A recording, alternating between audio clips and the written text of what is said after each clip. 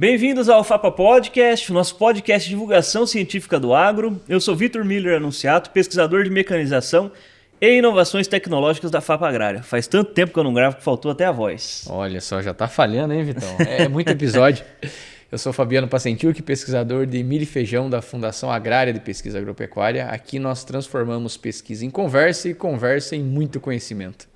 Bom, pessoal, falar em conhecimento, já podem ver pelo look nosso aqui que já tá numa season de Winter's Coming, né? Winter's Coming. Deu um Game of Thrones aí, né? Tá chegando. E com ele chega coisa boa, né? Que é o tal da nossa cevadinha. Já viu que a gente vem soltando aí uns episódios falando de cevada, né? Muito focado na questão da parte de genética, né? Exato. Beleza, a genética é aqui na FAPA, o pessoal resolve aqui internamente e larga pro campo, e aí a galera vai usufruir dessa genética. Mas, porém, todavia, a genética não faz milagre sozinha, né? Ela tem que vir acompanhada de manejo. Então, hoje a gente chamou a nossa pesquisadora de entomologia, a Lúcia, ela já se apresentou aqui em outras oportunidades, mas ela vai dar uma palhinha aqui e falar quem que é ela. E hoje a gente vai falar de manejo de insetos, pragas. Em culturas em cereais de inverno, né? Isso aí. Será que no frio dá os bichinhos, eles comem também? Será ou não? Pois é, aqui em Guarapuava me surpreende, cara, os bichinhos não congelar, viu? Vamos ver, né? Lúcia, fica à vontade, se reintroduza pro pessoal aí, né? O pessoal já te conhece, mas dá uma palhinha pra gente aí de você e depois a gente volta a falar de cevada. Bom, obrigada pelo convite para vir falar dos insetos. Não vou dizer pragas, né? Muitas vezes são insetos, não totalmente pragas, dependendo do nível populacional, mas sim, estão presentes. Né? Eu sou a Lúcia, sou pesquisadora na parte de entomologia, né? Então com os insetos que podem se tornar pragas, e estou na FAPA há 1 ano e meio. Então, trabalhando com a parte das culturas de verão e também com o inverno e também com a entre-safra, se é o que podemos dizer, ou as culturas outonais, né, que antecedem muitas vezes essas culturas de inverno. Aqueles com cobertura do Juliano, né? Isso. um pouquinho, né? São várias opções. Ô, Lúcia, vamos lá então. Acho que primeiro, antes de quebrar o protocolo um pouco, eu achei legal que o Fabiano falou que, poxa, será que dá inseto no frio? Né? Então, assim, eu queria que você falasse um pouquinho pra gente dessa questão da relação do inseto com temperatura. Na minha cabeça, a gente sempre teve assim, olha, esquentou, cara, eles vão explodir na lavoura, né? Principalmente pensando em soja e milho, né? Que fica mais fácil pro público raciocinar. Acho que, independente de quem tá escutando, a soja e milho faz parte do dia a dia, né? Um ou outro lá que mexe só com HF e tal, sim, mas também se baseia na soja e no milho para qualquer coisa, né? É as culturas principais do Brasil. Então, assim, pra gente vinha quente e úmido é doença, né? Quente e seco é inseto. Uhum. E frio. Frio e úmido. Frio e úmido. que vira na vida dos bichinhos? O frio é relativo, né? Depende muito do tempo de frio que se tem. Muitas vezes nós temos noites mais frias, mas durante o dia, que nem a previsão para esses próximos dias, temperatura chegando a 19, 20 graus no período da tarde. Né? E no período da noite, uma temperatura mais baixa, com mínima de 8, 9, 7, aí depende a previsão. Então, muitas vezes, essa quantidade menor de frio, ela não chega a interferir no desenvolvimento do inseto. Lógico, ele diminui um pouco o metabolismo, então talvez o ciclo aumenta um pouquinho, né, de ovo a adulto, mas não chega a interferir no desenvolvimento ou eliminar essa população.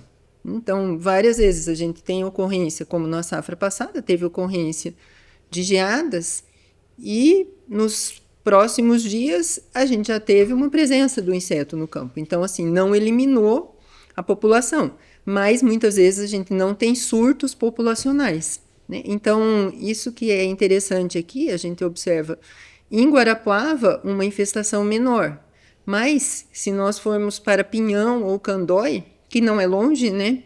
Quanto? 50, 60 quilômetros, raio, né? Dependendo, em linha reta, né? Já tem uma infestação totalmente diferente. né? Já é uma condição mais quente, mas não que não dê geadas também. Né? Em alguns momentos tem, mas a temperatura se restabelece mais rápido, né? Então essa população ela volta a ter um metabolismo normal. E também, né, muitas vezes a gente faz muitos ensaios em condições de laboratório, em temperaturas 10 graus, 15 graus, 20 graus, né, como que é o desenvolvimento. Mas aí você coloca numa condição, né, numa câmara climatizada que fica a 15 graus 24 horas. Então a gente tem um resultado, mas é diferente do campo, né, onde o inseto tem um abrigo, porque às vezes agiu, mas ele está abrigado, ele não está na folha bandeira lá da cultura, né, totalmente exposto. E isso a gente observa com todas as espécies, né? Spodoptera frugiperda é bem comum isso, né? E a gente vem acompanhando desde o ano passado, né, nesse período de frio, e a gente observa, tem uma queda da população, mas logo ela se restabelece, né? No caso da Spodoptera frugiperda, ela fica em forma de pupa. Então, uma forma dela se proteger da condição mais fria, e assim que tem a condição, ela volta, né? Aqui no sul, mais o frio, e se a gente pensar mais no centro-oeste, seria mais a seca. A seca. Né? Então, ela se restabelece quando tem uma condição boa para o desenvolvimento. É um negócio que eu acho legal dessa questão de frio, né? Quando eu estive fora fazendo o doutorado, a gente via bastante lá a questão de vinho, a neve, né? E isso aí já é conhecido, né? O pessoal fala, lá na Europa, nos Estados Unidos, a neve vem e dá uma sanitizada em tudo ali, né? Mata inseto, mata doença, né? Então, mas o legal é fazer a correlação com a questão da tecnologia de aplicação. Lá fora, e grande maioria dos artigos de tecnologia de aplicação, é tudo com herbicida. Por quê? Porque inseto e doença não é tão problema para o pessoal lá, né? Então, assim, as tecnologias de aplicação para fungicida e inseticida, normalmente é publicação brasileira. O pessoal do Brasil que publica alguma coisa. Lá fora é raro os bons artigos ou algo assim, justamente porque não é um problema para eles, né? Então é bem legal fazer essa amarração. Mas, assim, só um parênteses, a condição de frio nossa é totalmente diferente de lá. Totalmente. Então, aqui é frio, mas não chega a ser a intensidade, né, aonde a gente tem nessas outras regiões que realmente o problema é bem menor. Então, apesar de condições de frio, estamos numa região tropical. Né? Então, nós vamos ter essas oscilações e anos também. E depende muito do momento desse frio também. Muitas vezes é uma condição onde a cultura já passou o pior momento dela, então teve um impacto ou não, foi bem no pré-plantio, então diminuiu essa infestação. Né? Então, assim, é o que eu falo, na parte, né, das pragas, a gente não consegue ter uma receita. Sim, sim. Então, a paisagem vai determinar muito, né, a população desse inseto, e a temperatura e umidade também. Né? Lógico que se a gente tem uma umidade maior, a gente tem uma ocorrência maior de fungos, entomopatogênicos que estão ali no ambiente. Né? Então, isso tanto para o verão como para o inverno também. Ô Lúcia, e uma questão, a gente estava falando de inseto e aí eu viajando aqui, né, na cabeça indo longe, mas eu nunca tinha parado para, e vai ser óbvio que eu falo, mas nunca tinha parado para pensar nisso. Óbvio, precisa ser dito. Nesse período, assim, por exemplo, antes da gente entrar na cevada como um todo, mas assim, tem alguns insetos da soja e do milho que não comem cevada, ele não vai se bolhar lá, picar uma cevada, raspar uma cevada para comer. Ou trigo, né, ou o que seja. Nesse período de entre safra ele fica, porque assim, não é geração espontânea, né, não é Lavoisier, então ele fica onde? Fica nas matas. Você está falando da paisagem, né, então assim, ele vai se esconder em algum lugar. Então é isso aí mesmo, mata, palhada. Precisa de abrigo. Pois é, onde vai ficar dormindo, vai esperando... Hibernado, né? Tipo como os ursos. Isso, na parte da entomologia a gente chama de diapausa, né? Que na verdade é uma hibernação. Aham. Um exemplo disso bem típico é o percevejo marrom e os quistos zeros. Numa condição de baixa temperatura, já ali a partir de final de abril, maio, ele já vai buscando essas áreas de abrigo, que são as matas. E aí ele fica no solo, ali embaixo das folhas. E aí ele não se reproduz, então ele realmente ele armazena energia para sobreviver. Então, se a gente observar, os órgãos sexuais são imaturos, tanto da fêmea como do macho. E a partir ali de setembro, outubro, dependendo, aí depende muito da temperatura, né? Aqui no sul e no centro-oeste, a condição mais de precipitação, ele já volta, a gente já começa a encontrar insetos, mesmo ali na palhada, já com um aparelho reprodutor já indo para um desenvolvimento, já sendo apto a uma reprodução. Então, no caso do percevejo marrom, é bem típico isso. Mas outros insetos também, né? Muitas vezes, as lagartas, vamos colocar aí a Rachyplus enu, que é comum na cultura da soja. Geralmente a gente não encontra nos cereais de inverno, mas ela fica em alguma cultura, algum abrigo que mantém, né? E assim que tem a cultura, volta. Outros insetos, bicudo algodoeiro é bem comum também, tanto é que a destruição da planta é importante para ele não ter a condição de reprodução e realmente entrar nessa hibernação e reduzir população. Não ter gerações nesse período de entre-safra que você não tem a planta preferida dele, quando é um inseto que realmente só tem um hospedeiro. Até no caso da cigarrinha do milho, isso é bem comum. Agora nós estamos numa condição que o ideal é não ter planta de milho, porque aí a gente não tem a reprodução desse inseto. Mas eu tenho uma aveia plantada, não esfriou muito e eu estou vendo uma outra cigarrinha. Sim, ela pode estar ali como um abrigo, mas ela vai sobreviver um período, ela também não vai sobreviver 100 dias, que teria até o plantio do milho. Então, se a gente tira o milho dessa condição nesse momento, a gente diminui essa infestação, diminui o número de gerações, e acaba tendo uma condição muito mais propícia no período do desenvolvimento do milho. É propício essa gancho aí da cigarrinha do milho, porque essas épocas aqui nós temos pelo menos umas duas discussões importantes, né? Primeiro, na aveia, na cevada, ela não se reproduz, mas ela pode sobreviver um tempo ali. O fato é que em alguns momentos tem plantas de milho ali dentro que a gente não está vendo, né? Então, claro, você pega, como você disse no começo, a gente já está de blusa, então tem esfriado, já tivemos geadas, e aí a gente pensa, puxa, então resolveu o nosso problema. O grande ponto é que o milho ele tem essa emergência em fluxos, né? Então, veja, deu uma geada, eliminaram-se essas plantas. Então, puxa, resolveu o problema. Aí vem uma aveia, vem um trigo, eu não estou vendo mais. Só que esse próprio processo de semeadura desses cereais de inverno também acaba, enfim, revolvendo minimamente o solo, mas aí acaba dando condições para um novo fluxo de emergência de plantas de milho, e aí que por vezes está escondido no meio da cevada e do trigo, e aí faz essa ponte para o verão. Eu sei que não é o tema principal desse fórum, mas é só para mostrar como que as coisas estão conectadas, né? Não tem como, puxa, daqui a pouco um manejo que a gente não faça nessa outonal ou para inverno tem um impacto direto lá no que vai acontecer no verão. E o inverso pode ser verdadeiro também, né? Nós não podemos... vou fechar a janelinha do milho. Isso. Não vou falar mais nada de milho, porque não planta milho. E vou para outra cultura. Mesmo que esse inseto, problema no milho, não seja problema para outra cultura. Mas esse problema dos fluxos de milho é muito grave, e ele mantém essa população. E no ano passado, assim, eu visitei áreas logo após a geada, mas que tiveram emergência de milho. Milho de espiga, né? Que fica. Então, não é só eu cuidar, então eu vou controlar muito bem esse milho. Mas eu tenho que ter uma colheita muito bem feita, evitando perda de espiga, para eu ter uma condição melhor de manejar essa cultura. Então, é tudo envolvido. Não, mas eu uso melhor herbicida.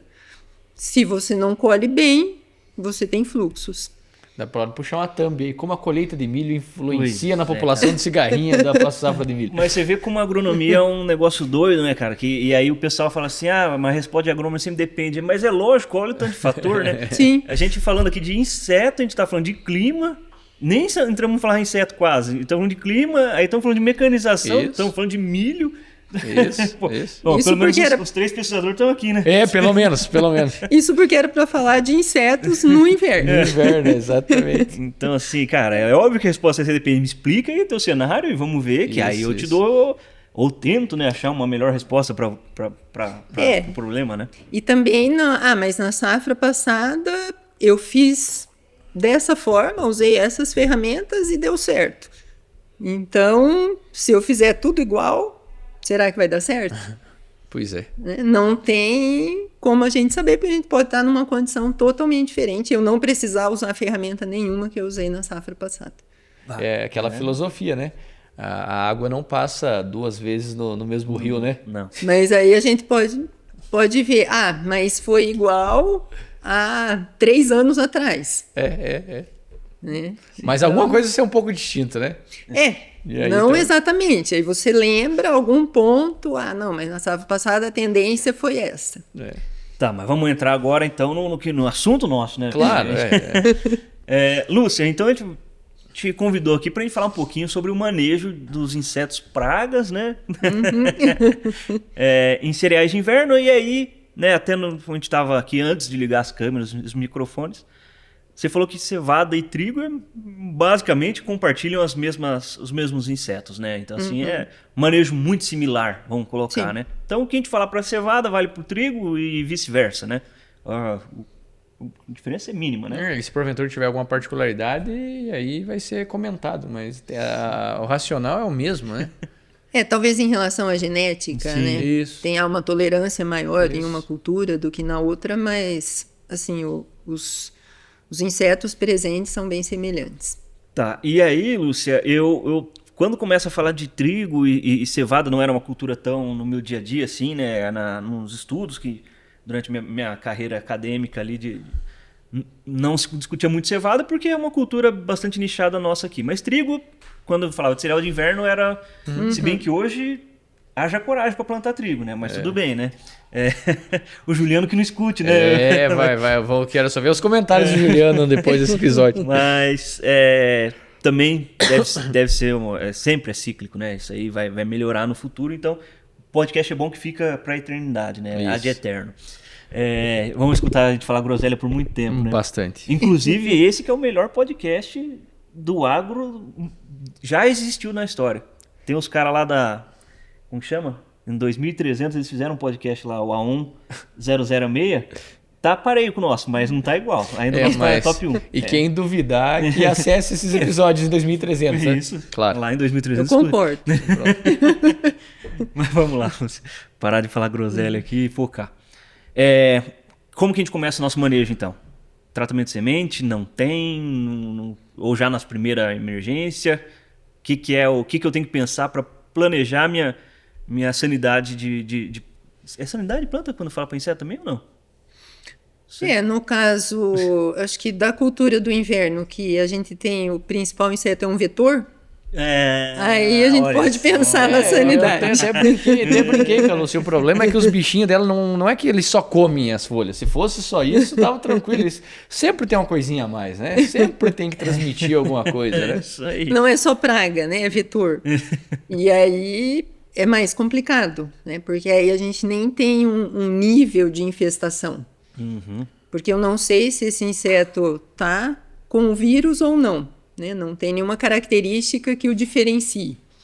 A não ser que eu consiga ter essa informação na cultura que antecede ou na minha paisagem, né? Por exemplo, lá temos áreas com aveia, com cobertura pré-inverno, né? Tem uma condição mais quente, tem a infestação de pulgão, que ele vai estar presente, essas espécies vão estar presentes nessas aveias também, e eu vejo um sintoma de amarelecimento, de nanismo, enreboleira, né? Eu observo e encontro o inseto ali. Então, eu já sei que eu tenho no ambiente uma população virulífera. Então, aí eu tenho mais cuidado. Mas muitas vezes não chega a ter esse sintoma ou nessa condição não chegou a expressar esse sintoma, né, da parte do vírus. Eu tenho um inseto ali.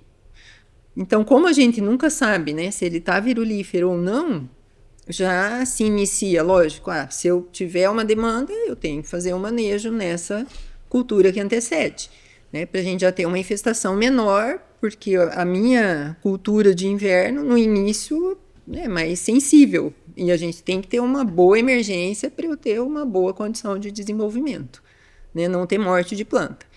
Então, a gente já trabalha com o tratamento de semente. Né? Aí tem os neonicotinoides, né, que vão ter o efeito sobre essa população. Mas é o seguro, né? O tratamento de semente é o seguro. Mas não é porque eu fiz o tratamento de sementes que, então, estou tranquilo e não vou ter problema nenhum. Né? Optei pelo melhor controle, fiz a dose certa, tudo na recomendação e, né, observei a entre-safra, estava tranquilo, então não vou ter problema. Não, porque o tratamento de semente, a gente pensa o quê? 10 dias, 15 dias, né? E aí tem a solubilidade dos produtos, pode ser uma condição de chuva, né, ser uma eficácia totalmente diferente de uma condição mais seca. Então, tem tudo isso envolvido e dependendo do que eu optar por controle. Então, sempre a gente recomenda também, né, logo ali nos, talvez 15, 20, 30 dias, a gente já ter esse cuidado, né? E muitas vezes, mesmo sem ter uma população ali tão aparente, a gente fazia essa recomendação, né? Até na safra passada a gente trabalhou dessa forma, assim, a infestação foi baixa aqui na condição de Guarapuava, né? Falando aqui, em outras regiões teve mais, mas mesmo assim a gente optou por uns manejos, né? E também em relação a cultivares, né? Tem essa diferença tanto para o trigo como para a cevada também. E ao final, né, nós fizemos ali 3 aplicações, até nem levando tanto em consideração essa população, mas ao final nós vimos que a produtividade foi diferente em relação aos tratamentos que eu fiz e também em relação à área sem o tratamento, onde só tinha um tratamento de sementes. Então, mesmo sem ter um problema sério, a gente viu que tem esse efeito para a cultura. Então, muitas vezes, se eu não fizer e eu colher X, eu não vou saber se eu estava perdendo ou não. E talvez eu tive uma boa colheita, mas poderia ter sido melhor. Então, esse cuidado que sempre a gente chama atenção em relação ao pulgão. A espécie mais comum, principalmente na cevada, é o Rhopalus fumpade, e ele é mais eficiente na transmissão da virose também. Então, e é o que está mais presente no início do desenvolvimento da cultura. Então, assim, a maioria dos produtores já tem isso também, né? E esse cuidado de fazer o manejo. Não é um inseto difícil de controle, né? Tem bons produtos que controlam muito bem, mas o problema sempre é, se a gente demora muito, ele pode estar com o vírus, né? E pode afetar. E uma vez o vírus entrando na planta, a gente pode eliminar essa população o resto do ciclo da cultura. Mas você já tem a doença instalada ali, né? E não tem nenhum tratamento para o manejo ali do vírus do nanismo. Então, as plantas já, ao longo do tempo, elas vão mostrando. Não é também um sintoma imediato. Então, isso muitas vezes engana o vetor. Né? Essa percepção de, eu estou com um problema ou não.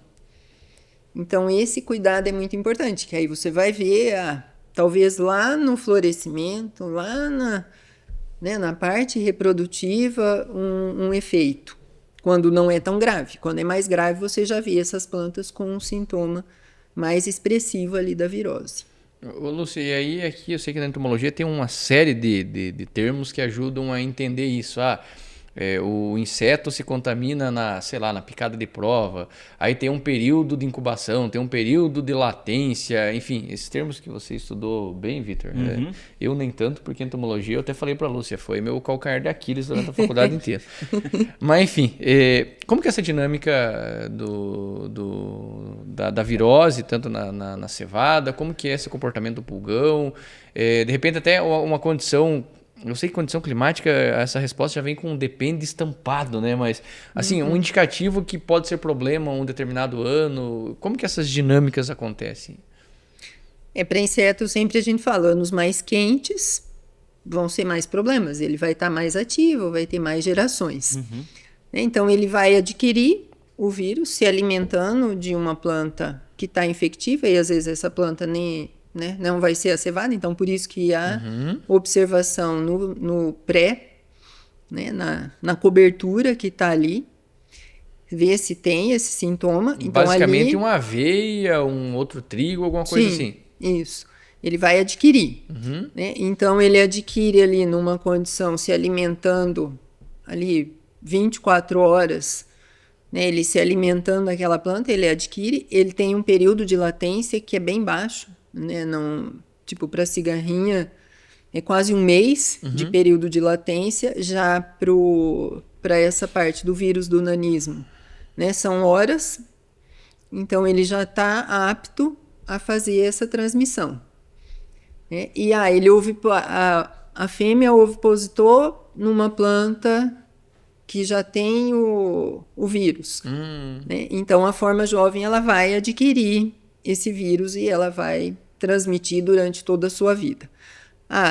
Quando essa fêmea, né, que adquiriu no início, ela ovipositar, né, tiver a segunda geração, aí não tem essa transmissão, né? Então só vai adquirir se realmente se alimentar, não é passado por gerações.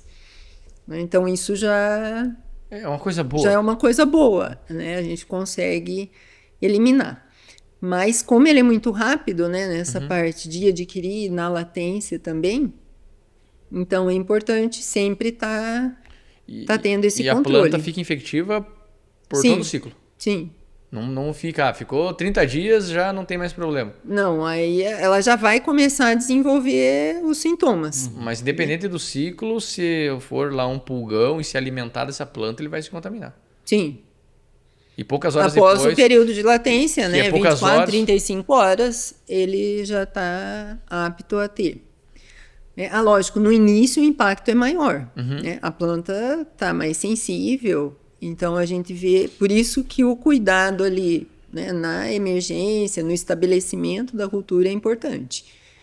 Porque aí a gente vê o desenvolvimento menor, né, então isso vai afetar a produtividade com certeza. Mas ela deu um surto e o problema foi maior no período reprodutivo. Aí já o impacto é menor. Mas vai ter sempre tem algum efeito, mas bem menor do que em relação a esse início do desenvolvimento da planta. Então, o cuidado inicial é muito importante, até por isso se usa também o tratamento de sementes. E vem também meio calendarizado ali, porque você não consegue observar, né, essa evolução, né? Então... muitas vezes, então vamos fazer o monitoramento. Né? Mas a gente vai conseguir né, detectar quando ele é baixo, né? Se tiver uma infestação alta, até no reflexo, assim, você vê a folha ali com uma colônia de pulgão. Né? Mas no início não vai ser assim. Então isso já vai ser uma condição que, eu já até deveria ter controlado.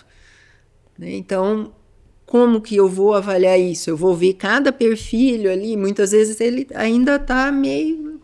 bem escondidinho. Onde está enroladinho ali, né? Então essa dificuldade do monitoramento acaba tendo ali uma calendarização, né, das aplicações. E como que é... Eu tenho muito claro na minha cabeça a mobilidade de um percevejo na roça, uma lagarta, né? Mas pulgão eu não faço ideia de como que o bicho se alastra, né? Porque às vezes eu tenho uma região ali que já é mais conhecida, que vai ter...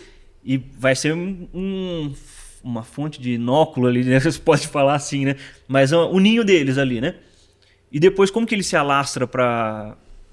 Vai de planta em planta? Voa esse bicho? Não voa? O que... Tem a forma alada para dispersão.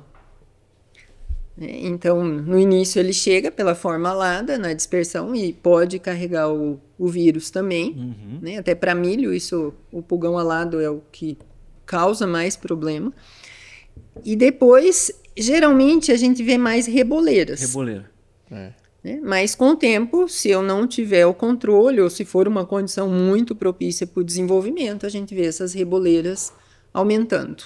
Uhum. Né? Mas, assim, eles não têm uma distribuição tão homogênea, né? Muitas vezes como outros insetos aí que têm posturas, né, únicas, né? Por exemplo, há uma lagarta, uma Hackplusia, que é ovo, unidade, né, de ovo. Então, ele vai alastrando.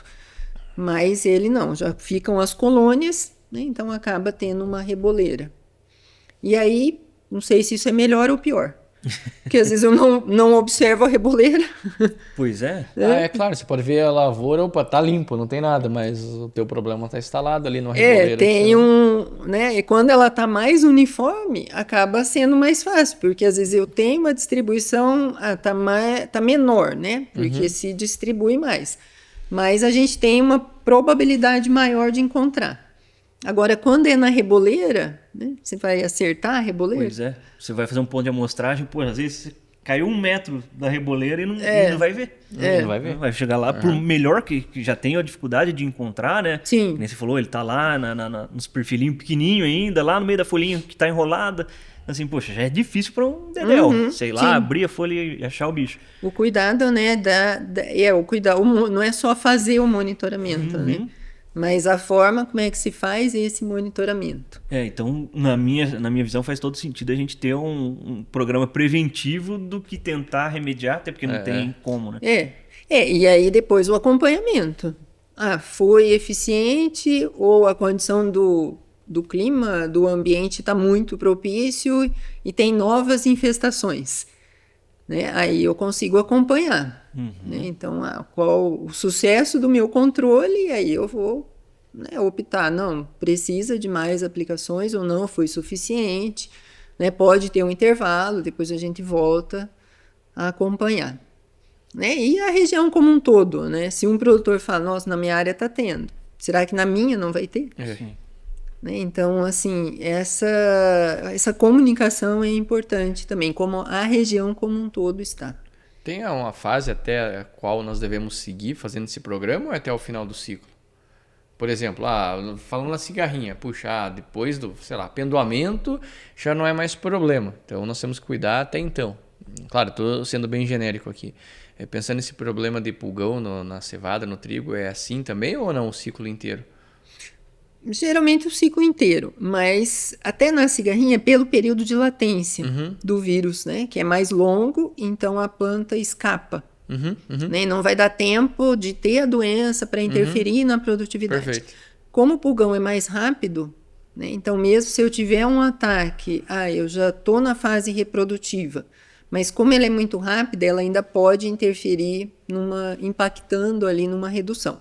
Mas menor do que no início do desenvolvimento, que eu vou travar o crescimento de planta, interferir em desenvolvimento de raiz, né? Então vai ser mais drástico. Não, legal. E tem outros vírus, Lúcia, ou mais o nanismo? Porque na cigarrinha tem 60 tipos de vírus, rajado, estriado, vermelho, mosaico, dourado, o que mais? Azul? Raiado? O problema maior dos cereais de inverno é o vírus do nanismo. Né? Mas aí tem formas dele. Né? Não podia. Então, as mais comuns, né, são a PAV, né, que é transmitido pelo Rhopalosifum padi. E que é um que aqui na região a gente tem uma população frequente, né, e presente, e ocorre bem no início do desenvolvimento. Né? Tem o citóbio, mas o citóbio vai ocorrer lá na parte reprodutiva, não vai ser comum no início do desenvolvimento. Mitopolófium, pode transmitir também, mas vai ser mais comum mais para o meados ali, pro final do desenvolvimento da cultura. Né? Então o PAD acaba sendo um problema inicial e mais eficiente na transmissão também. Né? Então já combinam ali, né, dois problemas. Né? A planta está mais sensível e ele ser mais eficiente. E dificuldades nessa de transmissão. controle? Teria alguma dificuldade de controle? Alguma especificidade de manejo para cada uma dessas espécies? Não. Não, a gente vê que, assim, são fáceis, tem produtos, né, que controlam muito bem, que são bem específicos para pulgão e tem um controle muito bom. Mas aí é como eu digo, o problema é ele ser um vetor. Né? Como praga, seria tranquilo, né? Teria um dano ali, a planta talvez, né, tendo os perfilhos ali numa fase que ela consegue se desenvolver bem. Né? O problema é ter o vetor. Ô, Lúcia, os inseticidas normalmente utilizados para pulgão são sistêmicos ou não? Por ele ser sugador, né? Sim. É essa a classificação dele, ou não? Sim, geralmente são os sistêmicos, né? Os neonicotinoides. Né? Então tem a gama dos neonicotinoides. Lógico que alguns foram mais eficientes, produtos aí há 20 anos no mercado. Com certeza, pelo uso, né, vão perdendo essa eficácia. Né? E muitas vezes aumentando dose, e a gente vai selecionando população. Tem o sulfoxaflor, que é um produto muito específico para pulgão e em diferentes culturas. Né? E, assim, ele tem um controle muito bom. Né? Realmente, assim, numa dose baixa e muitas vezes com uma aplicação, dependendo da condição que eu tenho, né? Eu tenho uma eficácia melhor do que se eu fizer 2 aplicações de neonicotinoides ou até em produtos de contato que muitas vezes são utilizados também. Então, hoje no manejo, assim, quando a gente pensa, eu entro já com que é Sulfoxaflor. Sulfoxaflor primeiro ou entro com neonicotinoide primeiro e depois vou com... Como que você estrutura assim mais ou menos o manejo? Não dá para ficar gastando a rodo também, né? Se a gente pensar, eu estou numa condição, numa região que tem uma infestação maior já pelo histórico. Né? Por exemplo, aqui na condição da cooperativa, nós temos as armadilhas, né, na região de Candó, Pinhão e aqui em Guarapuava. E ao longo dos anos, né, que se tem essas armadilhas, já acho desde 2015, 2016, tem que ser, geralmente, na região do Pinhão, é uma infestação maior, depois Candói e Guarapuava. Né? Tem anos que isso é muito em todas e tem anos que uma sobressai. Então, eu estou numa condição que meu histórico já mostra que aquela região tem mais. Pode não ter tanto pela condição do ambiente, mas eu tenho uma condição de ter. Né? Então, nessas regiões, a gente preconiza que você deve ter um controle melhor. Né? Você não pode brincar, porque numa condição de ambiente, aquela população vai explodir. Pode explodir. Né? Então, nessa condição, a gente recomenda, vamos fazer o melhor. Mas a condição de clima está se mostrando mais fria, né? Na cultura que antecedeu não teve problema nenhum, podemos utilizar um neonicotinoide? Sim, mas a gente sempre cai no risco. Né? Talvez é uma população baixa, mas já infectiva. E aí depois eu entro com o meu controle, né? Sempre, assim, acho que para doença também, para praga, sempre a primeira aplicação ali, né, é importante. Exatamente. Para a gente reduzir a população. Porque depois eu vou correr atrás do prejuízo. Né? Muitas vezes eu vou conseguir manejar a população, mas já vou ter tido alguma perda.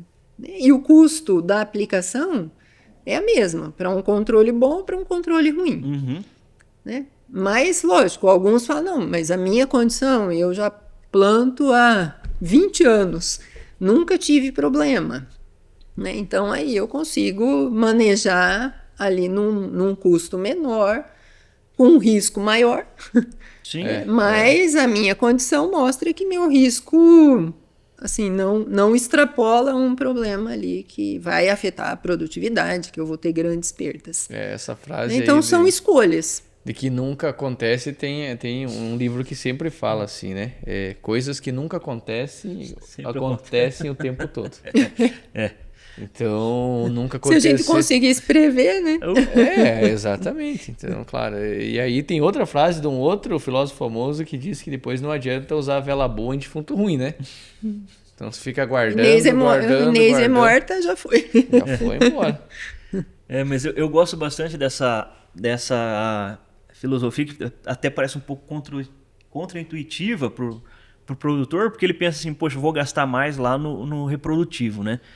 Que é onde eu tô vendo Isso. minha produtividade ser construída. Mas é o contrário, né? Sim. Na maioria das vezes. Eu tenho que proteger quando é criança, lá quando é pequenininho no vegetativo. Exato, para ela se desenvolver bem. E eu também diminuir a pressão do inseto. Diminuir a pressão. Porque a gente está falando de população, né? A gente não está falando de algo que vai se instalar uniformemente do nada, né? Sim. E é vetor, né? E é vetor. Isso é, assim, é um pontinho a mais, né? Um belo pontinho, né? Porque se ele não fosse vetor, aí beleza, você determina teu nível de dano, monitora e boa. Agora, pode ser que nem chegue a um nível de dano, você nem precisa aplicar. Né? Lógico, se eu tiver um monitoramento perfeito. Então, é esse cuidado, né? Então, sempre... E é difícil, muitas vezes, o produtor não entender, mas assimilar isso. Né? Ele entende, realmente, eu tenho que proteger, mas... E se não evoluir? Eu tive um custo que eu poderia ter economizado. Sim. Mas e se evoluir? Você não recupera mais esse custo. Então na soma, na balança ali, é melhor você proteger no começo e ir cuidando. Ainda mais se for essas regiões que já tem um histórico. Né, e tal, né? Faz todo sentido mesmo.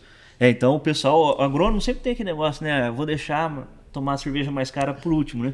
É o contrário, né? A primeira que deve ser mais cara. Abra com a boa. Depois a gente vê.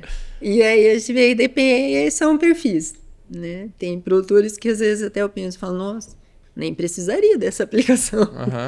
Né? Mas ele não quer pagar para ver. Mas também, porque talvez ele já teve um problema. Isso, já teve experiências de passado que não foram legais, né? Não, é melhor agora, porque se acontecer eu não consigo, né, manejar. Legal, Lúcia. Tem mais alguma praga que a gente teria que cuidar ou mais o pulgão mesmo que tanto cevada... O principal é o pulgão no cereal do inverno. Não é possível que não tenha uma lagartinha, alguma coisa, né? Isso, aí depende muito do clima. Tipo a pseudalécia. É comum, ainda mais nessas áreas com uma cobertura bem densa. Né? Ela pode, em níveis mais altos, pode causar problema para trigo, para cevada, até para aveia, né, desde o início do desenvolvimento, ou ter uma desfolha que vai impactar, sim. Né? Mas, assim, ao longo dos anos a gente vê que esse problema não é tão grave. E muitas vezes, até em algum talhão, eu tenho um problema maior, até pelo meu sistema de produção, que manteve aquela população.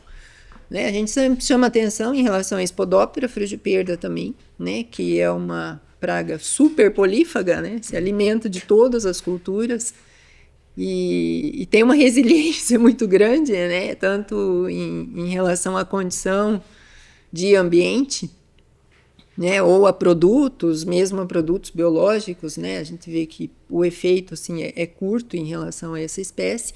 Então, sempre a gente chama atenção também, né? Como é que está essa população, ir acompanhando, né?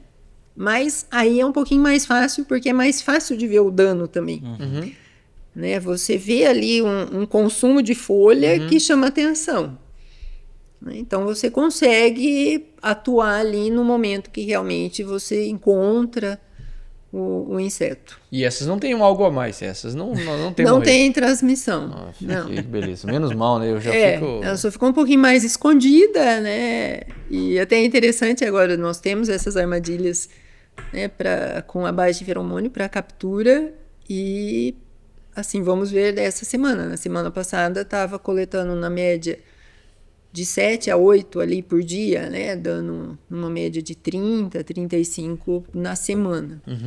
Mas a gente vinha numa condição mais quente, então com, né, a queda da temperatura na semana passada, então agora vamos acompanhar, né, como é que é a evolução, mas pela safra passada a gente viu que mesmo assim tinha, né, lógico, talvez 4 por semana, 5 por semana, numa população bem menor, mais presente, né, então também não elimina a população, mas não chega a ser um problema.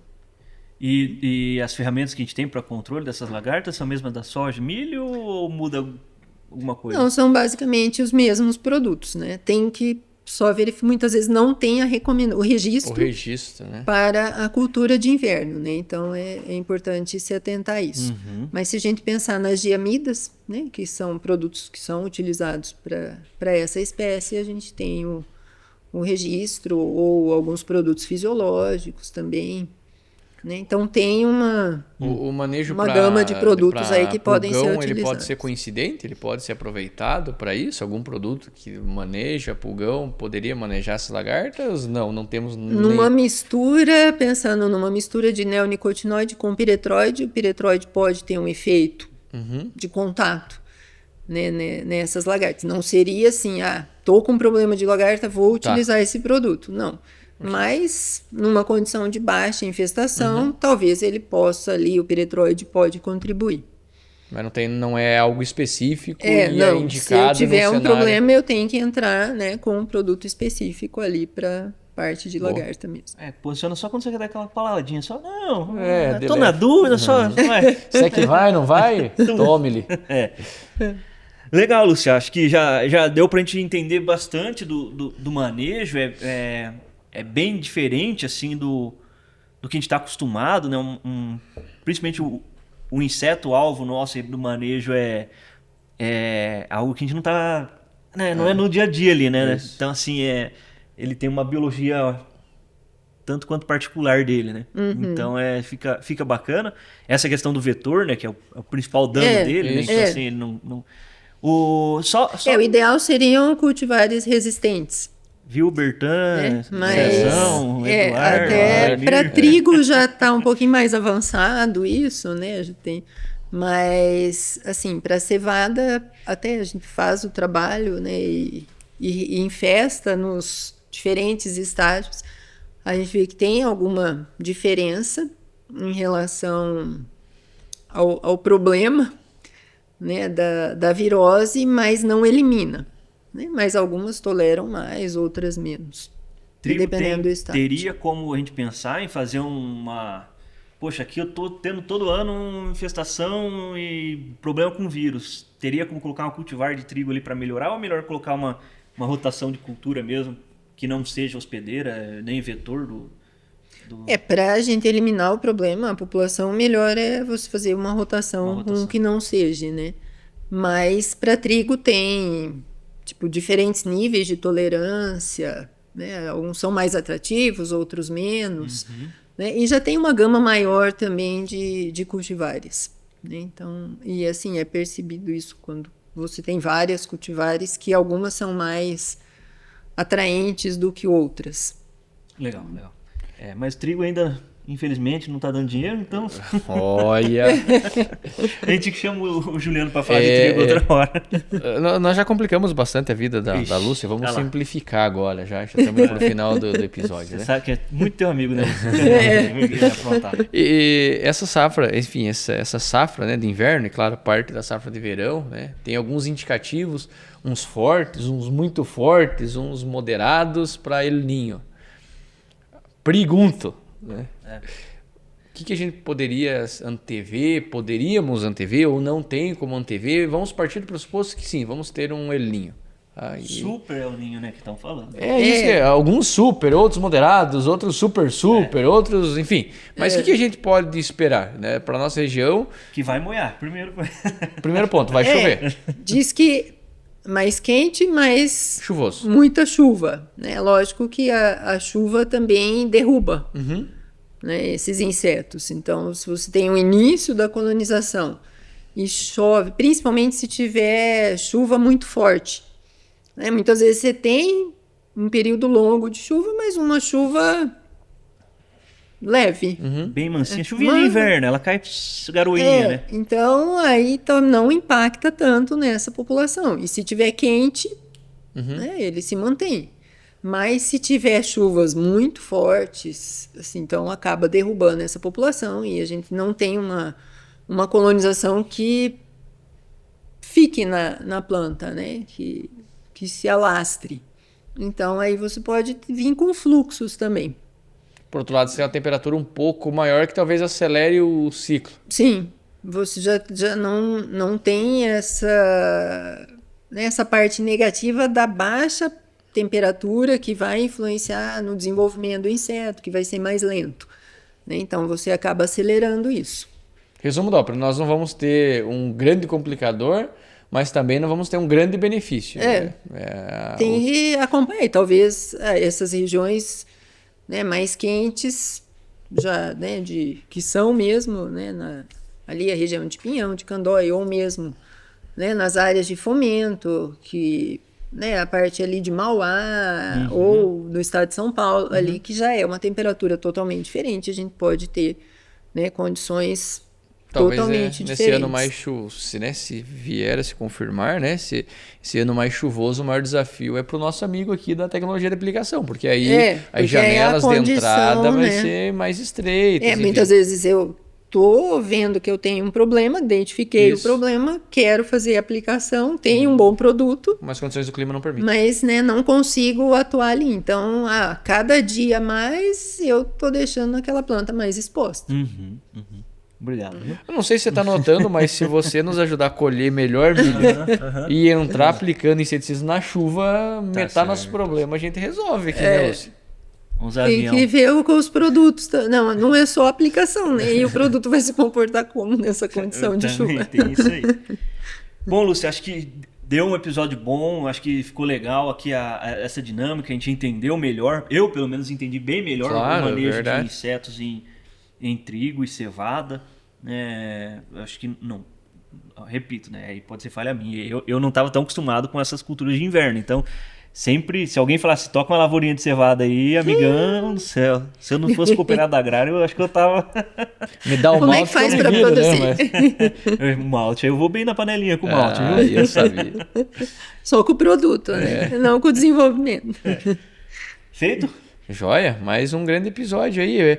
Quem voltar nos primeiros episódios, nós falamos que ia trazer ela de novo. Né? Pois é, e os caras acham que é brincadeira. Né? Acho que é só clichê, não, estão falando para agradar, não sei o quê. Pois é. Cara, o abraço eu vou mandar aqui, porque eu tenho um abraço aqui para mandar. Deixa eu só pegar o nome da... Pega a colinha, colinha aqui. Que foi uma ouvinte nossa que não é daqui da agrária, que é de fora. E eu fui fazer uma palestra e ela... Vitor, tal, que legal, o podcast tá muito bacana. Por favor, não larga aquilo lá não, que é uma maneira de vocês levarem essa informação que vocês têm lá, né, adiante, né? Então, assim, e a gente traz, obviamente, muita gente de fora também para colocar informação para dentro do podcast. É a Josiele. Então ela vai saber quem é. Ela estava numa palestra lá em Ponta Grossa e ela veio falar comigo e até me pediu umas dicas de tecnologia de aplicação aí. Olha aí. Josiele, obrigado por nos acompanhar. Continue nos acompanhando, compartilhe com mais pessoas. Esse apoio para nós é fundamental. É isso que aí. Bom, né? Acho que isso é a realização. É para isso, né? Que a gente se esforça, né? Tentando, que está difundindo e que, né, de alguma maneira ajuda as pessoas. Chegando. Tá chegando. Ajuda todo mundo, né? Quando eu digo assim que informação e conhecimento, quando você divide, você está multiplicando. Né? Então, é a matemática maluca aí, mas filosofa um pouco em cima disso que você vai ver que é verdade. Esse é o intuito, né? Obrigadão, Lúcia, da participação. E vai voltar aí para falar de quê? Tem muita coisa para falar ainda, né? Daqui a pouco a gente já começa a mexer com o verão de novo, começa a chegar lagarta, começa a chegar cigarrinho. Eu espero que não, mas ela espera que sim. Ainda tem que achar esse equilíbrio aí. E volta. Sim, só para a gente ter o resultado, né? Para a hora que tiver o problema, você ter... Boa, se prepare. Né? Saiu bem, né? Se prepare para o pior e colhe o melhor. Boa. Bom, pessoal, mais um episódio aqui finalizado de excelente nível técnico aí, muita informação para vocês. Não custa, cara. O que não custa fazer? Nos custa trabalho, nos custa energia. Então, o que não custaria para o pessoal que nos acompanha é compartilhar, curtir, ir lá no Spotify, dar aquela notinha mínima que nós sempre pedimos. O mínimo do mínimo. Notinha 5 para nós já nos ajuda. Estrelinha é o mínimo que dá para dar lá, mas menos que isso aí tá quebrado lá, não funciona. O Spotify nem tenta. YouTube, quem gosta de assistir no YouTube, like. Comenta lá, gente, que episódios que você quer ver. No Spotify também dá para comentar. Então comenta, fala disso, fala daquilo. Sabe que eu conheci o Ademir Fano através disso aí. Ele mandou no meu Instagram, na época nem não dava. Ele falou, cara, chama o Noemir pra conversar no teu podcast aí. Falei, puxa, vamos chamar. Não deu, mas eu chamei aqui. Então, Mas como nós somos amigos, eu já tinha chamado o Noemir num outro podcast, então eu fiz a boa pra você. tá certo. É isso aí, pessoal. Nos vemos num próximo episódio. Até a próxima, um abraço.